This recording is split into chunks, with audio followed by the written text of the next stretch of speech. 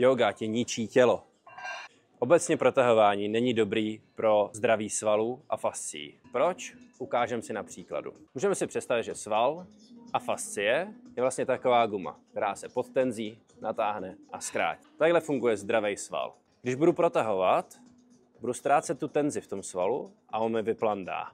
Takže když ho potom v pohybu budu chtít zapojit, začne mi škubat, což dál dehydratuje tu tkáň a začne tvořit takový uzle.